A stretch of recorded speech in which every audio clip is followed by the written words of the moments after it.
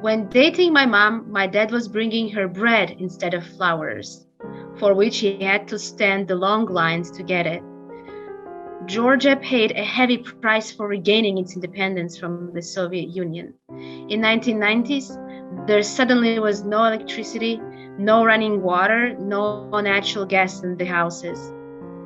People cut off and sold their centralized heating as a part of the metal, as they couldn't use it anymore.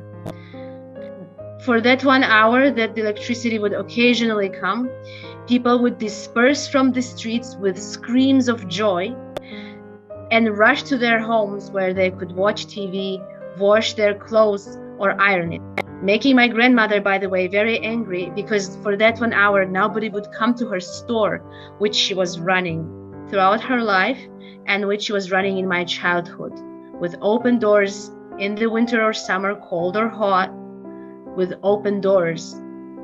She almost got killed once by one of her customers who threw a glass bottle at her when she insisted that he would pay the money for what he had bought.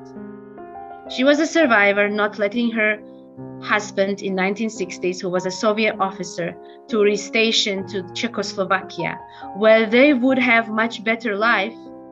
But as she said, there was the war, and she spared him from participating in repressions that were committed those years, including during the Prague Spring in 1968, when Soviets killed off the peaceful protesters in the streets. In my childhood, I was helping by bringing little buckets of water to my house as a home chore. We would burn the firewood in the apartment block, which made our apartment very, very black from the coal burns. We had to lay down in the bed to warm ourselves up when we didn't have that firewood. I was born on the light of a candle and told immediately by the doctors that my eyes needed treatment.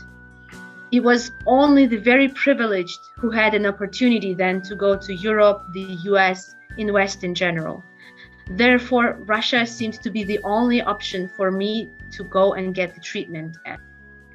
Then it was like going to another world, as all those basic conditions that I mentioned and we were lacking in Georgia were present there.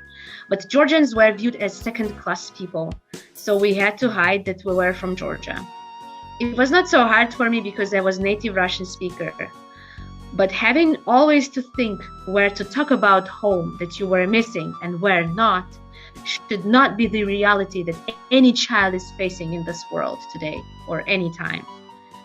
The words written in the UN Convention on the Rights of the Child, according to which every child should have the right to express freely his or her own identity, are not the hollow words and hollow sentence. My grandmother was often told by her cousins to leave my father behind and move to Russia for a living, which she always refused. After I was born, she never worked. In her younger ages, she chose to move out of her parents' house, not to be paying the bribe to university that was requesting it, and therefore she had to study somewhere else, challenging her lecturers who during the Soviet times were insisting that the Baltic states would not be able to survive without Russia. In 2003, actually in 2002, when I was 8, just about 20 years ago, we moved to the capital of Georgia, Tbilisi, because I needed to study, and the specialized school for the blind, the only one in the country, is located here. My father still has not come to terms with the fact that he had to leave his own home village behind, even up to date. He had to move away much further, though, in his younger age, when he was still a young person. As in the Soviet times, the military drafting and military service was mandatory for everyone. He was sent off to Mongolia to serve his term because he, unlike many, refused to pay the bribe to be sent to more favorable conditions and closer to Georgia. He had a dream, though, to build the house and he had even drawn that house. Nobody in our family believed he would be able to build it. But as we did not have the money to buy an apartment, he bought the plot of the land and started building it. In 2003, the Rose Revolution happened. New government came and the lights went on back again. Our school got new computers, well, first computers, centralized heating. The books were printed in Braille, the textbooks, and audio recorded as well, so that my mother wouldn't have to read everything to me anymore. The life started slowly getting back on track when in 2008 the Russians attacked us again. It was few days but full-scale war in August. My father could hear from his third floor of the house that he was just building all the military planes flying over his head. The country that we were building for 17 years could have been destroyed.